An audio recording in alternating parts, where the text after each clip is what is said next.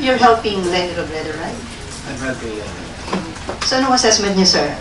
Is there a possibility? Is she capable na ma-overtake kina Chis Escudero, If she is given a free hand in running her own campaign, sapagkat the difficulty with Lenny's campaign is she is subsumed to the campaign of Mar Rojas.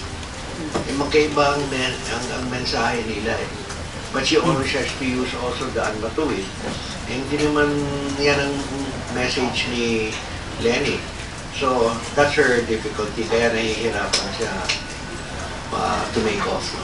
Are you saying she should parang break away from the... I should allow her to develop her own message first. Give her about a month. And then later on, we can merge the post. But the way it's going, talagang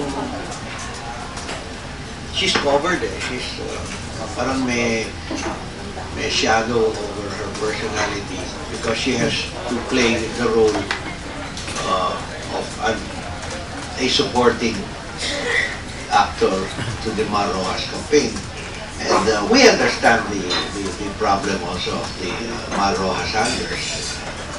So that's something that they have to iron out among themselves. At the time na lumabas po yung report na nilaglag siya ni Mar Rojas, were you aware of that move, sir? May ganun ba talaga, sir?